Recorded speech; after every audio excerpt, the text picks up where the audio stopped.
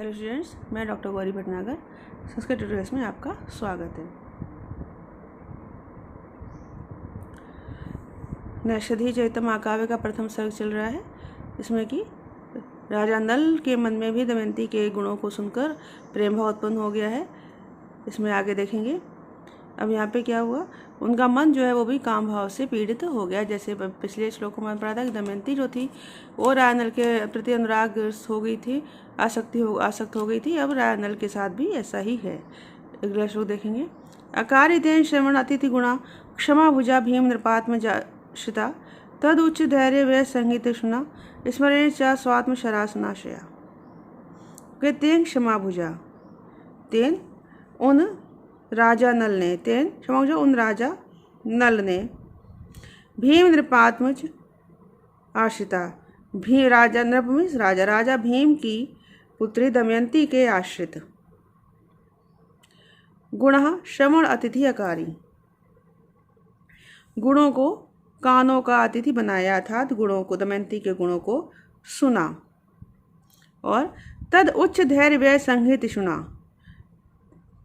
और तद उस राजा नल के उच्च धैर्य, उत्कृष्ट धैर्य को वह नष्ट करने के लिए संघित सुमिस बाण, बाणों का संघित संधान करने वाले, बाणों का संधान करने वाले स्मरण स्व आत्मशरासनाश्रया, बाणों का संधान करने वाले स्मरण कामदेव ने स्व आत्मशरासन, अपने धनुष पर आश्रित रहने वाली। अब यहाँ पे गुणा अकारी, गुणा श्रवण अतिथि अकारी, प्रत्यंचा को अपने कान का अतिथि बनाया। इसके दो बार अर्थ होंगे। पुनरुक्ताभास अलंकार है यहाँ पर, फिर से देखेंगे। मतलब दो अलग अलग लाइनों के लिए अंत में एक ही दो तीन सेम शब्द का प्रयोग किया गया है, तो पुनरुक्ताभास अलंकार है यहाँ पर। और इसके अलावा श्लोक के पूर्वार्ध संबंधी वाक्यार्थ के प्रति श्लोक का उत्तरार्ध जो है वो हेतु है, इसलिए काव्यलिंग अलंकार है। दोबारा देखेंगे। तें क्षमा भुजा उस राजा नल ने भीम नृपात्मजा आश्रिता, राजा भीम की पुत्री दमयंती के आश्रित, गुणा श्रवण अतिथि अकारी, गुणों को अपने कान का अतिथि बनाया, अर्थात दमयंती के गुणों को सुना, तद उच्च धैर्य व संगीत सुना, और उसके अत्यधिक धैर्य को नष्ट करने के लिए बाणों का संधान किए हुए स्मरण कामदेव के द्वारा, कामदेव ने स्व आत्म शरासनाश्रया, अपने धनुष पर, शरासन धनुष पर आश्रित गुण प्रत्यंचा को श्रवण अतिथि अकारी, कानों का अतिथि बनाया, अर्थात धनुष की डोरी को कान तक खींचा। अगला श्लोक देखेंगे। यहाँ पर बता रहे हैं कि कामदेव ने नल को जो है काम भाव से पीड़ित करने के लिए अपने जो यश था उसको खतरे में डाल दिया। क्यों? क्योंकि नल जो है वो धैर्यशाली, अतिरिक्त धैर्यवान माने गए हैं। तो अमुष्य धीर से जय साहसी तदा खलु ज्या विशिखै सनाथयन निमज्या माँ शिशांसी संशय स्मर त्रिलोकी विजया अर्जितान्यपि।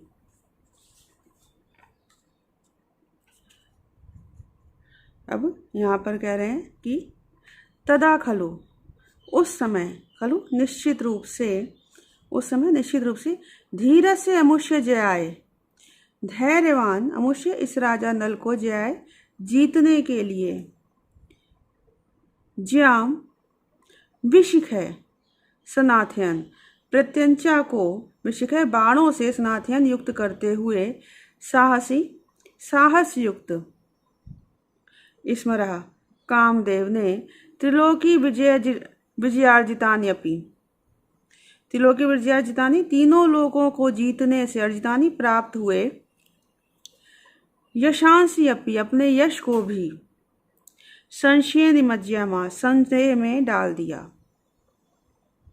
फिर से एक बार इसको देख लेंगे कि तदा उस समय खलु निश्चित रूप से, धीरज से अमुष्य धैर्यवान इस राजा नल को जय जीतने के लिए, ज्याम विशिख स्नाथयन अपनी प्रत्यंचा को, धनुष की प्रत्यंचा को बाणों से युक्त करते हुए, साहसी स्मरा साहसपूर्ण कामदेव ने त्रिलोकी विजय अर्जितानि, तीनों लोकों को जीतने से अर्जित हुए या प्राप्त हुए।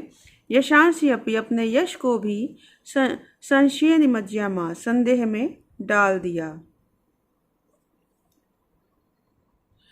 तो मतलब कि राजानल धैर्यवान थे, तो उनको जीत लेना कामदेव के लिए एक कठिन कार्य ही था, फिर भी उन्होंने ऐसा करने का साहस किया, क्योंकि अनुचित कार्य करने से यश की वृद्धि तो नहीं होनी थी, बल्कि जो पिछला यश था वो भी नष्ट हो जाता। फिर भी कामदेव ने ये साहस किया। यहाँ अतिशयोक्ति अलंकार है। अगला श्लोक देखेंगे। यहाँ पे कहा है कि यद्यपि राजा नल जो थे धैर्यवान थे, लेकिन फिर भी काम के वशीभूत हो गए। तो ऐसा प्रतीत होता है मानो ये ईश्वर की इच्छा थी कि वो दमयंती के संग विवाह करें या दमयंती से उनका मिलन हो। देखेंगे। अनेन भैमीं घटिष्ठ तथा विधेर बंध्येशतया विलासी तत् अभेदी तताद्रक अनंग मार्गणे यदस्य पौष्पे अपि धैर्य कंचकम। अब क्या कह रहे हैं? अस्य तताद्रक धैर्य कंचकम पौष्पे अपि, कहते अस्य इस राजा नल का तत् प्रसिद्ध ताद्रक वैसा धैर्य कंचकम, धैर्य रूपी कवच। इस राजा नल का प्रसिद्ध उस प्रकार का धैर्य रूपी कवच। पौष्पे अपि, फूलों से निर्मित, पुष्पों से निर्मित, तथा कोमल अनर्घ मार्गणे, कामदेव के बाणों से, यत जिस कारण से, जिस प्रकार से, अभेदी विदीर्ण हो गया। अर्थात वैसे तो राजा नल का जो था धैर्य प्रसिद्ध था, लेकिन जब कामदेव के फूलों के बाणों से भी उनका वो धैर्य रूपी कवच विदीर्ण हो गया, तो तत् उस कारण से, तथा और उस कारण उस प्रकार से, अनेन इस राजा नल के साथ, भैमीं राजा भीम की पुत्री दमयंती का घटिष्यत संगम कराने वाले, विधे अबंधेच्छतया, विधाता की अबंधेच्छतया अमोघ संकल्प का ही, अबंध इच्छतया, अबंध मीन्स अमोघ, जिसका कोई तोड़ ना हो, इच्छतया इच्छा का ही, तो अमोघ इच्छा का ही विलासी विलास था। कहने का तात्पर्य ये है कि जब, तो कहने का तात्पर्य कि ये ईश्वर की ही, विधाता की ही इच्छा थी कि दमयंती के साथ उनका संगम हो, समागम हो। इसीलिए जो है कामदेव के फूलों के समान कोमल बाणों से भी राजा नल का धैर्य रूपी कवच जो था वो विदीर्ण हो गया। इससे प्रतीत होता है कि ब्रह्मा की यही इच्छा थी, अमोघ भी दृढ़ इच्छा थी कि दमयंती का राजा नल के साथ संयोग हो। तब विरोधाभास अलंकार है कि शरीर सहित कामदेव का जो है, शरीर रहित कामदेव का जो है बाण द्वारा उनका कवच नष्ट हो गया। ये तो विधाता के विलास द्वारा उस विरोध का पर्याय प्रस्तुत किया गया है। विरोधाभास अलंकार है यहाँ पर, और धैर्य कंचुकम में रूपक अलंकार है। फिर से देखेंगे। अस्य तत्ताद्रक, इस राजा नल का, तत् प्रसिद्ध ताद्रक वैसा, धैर्य कंचुकम, धैर्य रूपी कवच, पौष्पे अपि, फूलों से निर्मित होने पर भी, अर्थात कोमल होने पर भी, अनंग मार्गणे कामदेव के बाणों से, फूलों से निर्मित तथा कोमल कामदेव के बाणों से, यत जिस प्रकार से, अभेदी विदीर्ण हो गया, तत् उस कारण, तथा और उस प्रकार से, अनेन इस राजा नल के साथ, भैमीं राजा भीम की पुत्री दमयंती का घटिष्यता संगम कराने वाले, समागम कराने वाले, विधे अबंध इच्छतया विलासी, विधाता के अमोघ इच्छा का ही विलास था। अगला श्लोक देखेंगे कि मन्य अध्यापि यदस्त्रतापिता पितामहो वारिजम आश्यतहो स्मरम तनुच्छायतया तमात्मना शशांक शंके स न लंघितुम नला। और रानल जो थे अपने से कम कांति वाले, कम शो वाले कामदेव को भी ना लांघ सके, अतिक्रमण ना कर सके। कि मन्यत, और अधिक क्या कहा जाए, अहो आश्चर्य है, यदस्त्रतापिता, जिसके अस्त्रतापिता अस्त्रों से पीड़ित, पितामह ब्रह्मा भी, अद्यापि आज तक भी, वारिजम आश्यति कमल का आश्रय लिए हुए हैं, तम तम स्मरम, उस कामदेव को, सा नला, वह राजा नल, उस कामदेव को वह राजा नल, आत्मनः तनुच्छायतया, अपने शरीर की छाया के समान होने के कारण, अपने शरीर की छाया समान कांति से युक्त होने के कारण,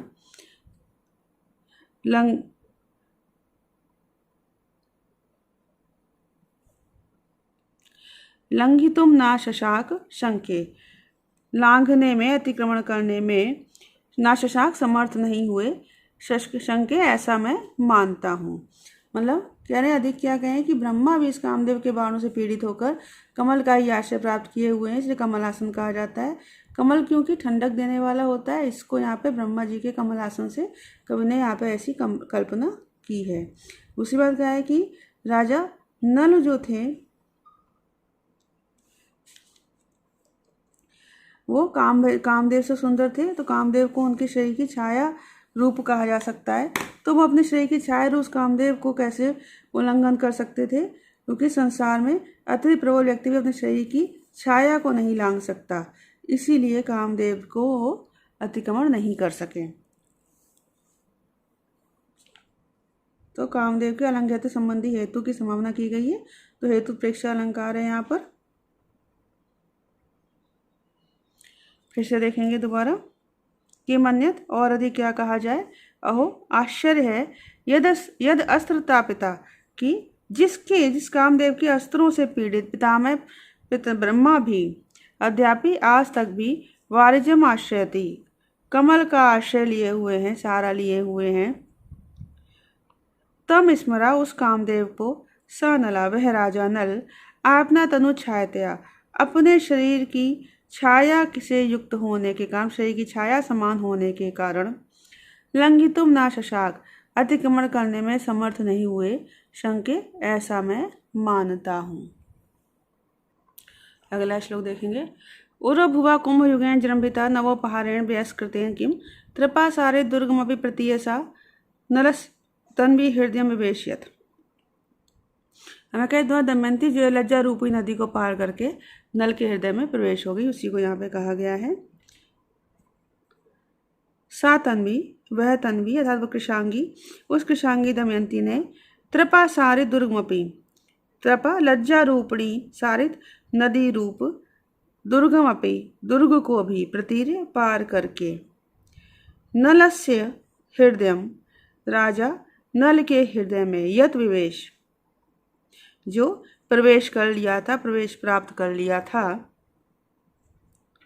किम वयस्कृतेन, क्या युवावस्था के द्वारा, वैसे युवावस्था के कृतेन, युवावस्था द्वारा दिए गए, नवोपहारे, नवीन उपहार रूप, उरो भुवा कुंभ युगेन जृंभिता, क्या वह युवावस्था द्वारा दिए गए नवीन उपहार रूप उर्वा वक्ष स्थल पर उत्पन्न हुए कुंभ युगेन स्तन रूपी कलशों का विलास था। कहने का तात्पर्य इस प्रकार से कोई अभिसारिका जो है दो घड़ों की सहायता से नदी को पार करके दुर्गम संकेत स्थल पहुंच जाती है, उसी मां दमयंती ने भी अपने वक्ष स्थल रूपी कलशों की सहायता से लज्जा रूपी नदी को पार कर लिया था और राजा नल के हृदय में प्रवेश प्राप्त कर लिया था। यहाँ तिशयोक्ति मूलक उत्प्रेक्षा अलंकार है। फिर से एक बार देखेंगे। सात अन्वी, वह सात अन्वी उस कृशांगी दमयंती ने त्रिपा सारे दुर्गम अपी, लज्जा रूपणी नदी रूप दुर्ग को भी प्रतीय पार करके, नलस्य हृदयम यद्वेश, राजा नल के हृदय में जो प्रवेश प्राप्त कर लिया था। किम, क्या वह वयस्कृतेन व्यवस्था के द्वारा दिए गए नवोपहार नवीन उपहार रूप उरो भुवा कुंभ युगेन जंभिता, वक्ष स्थल पर उत्पन्न हुए स्तन रूपी कलशों का विलास था। अगला श्लोक देखेंगे। अब यहाँ पर राजा नल की व्याकुलता को उनकी शैया ही जान सकती थी, कोई और नहीं, इसको बताया गया है। अपन मानस जनाय निजाम धीरतामस्य कृतम अनुभुवा अबोधि तत् जागर दुख साक्षिणी निशा च शैया च शशांक कोमला। अब यहाँ कह रहे हैं निजाम अधीरताम, अपनी अधीरता को, अपनी व्याकुलता को, जनाए अपनुवान, अपनुवान लोगों से अपमान से छिपाते हुए, अस्य इस राजा नल के साथ मनोभुवा कामदेव ने कृतम जो किया था, तत् उसे जागर दुख साक्षिणी, जागरण के दुख को जागरण कष्ट को की साक्षी, जागरण के कष्ट की साक्षी या जागरण कष्ट को साक्षात देखने वाली शशांक कोमला, शशांक में इस मृग की समान कोमल शैया और शशांक कोमला चंद्रमा से रमणीय निशा रात्रि ही अबोधी जानती थी।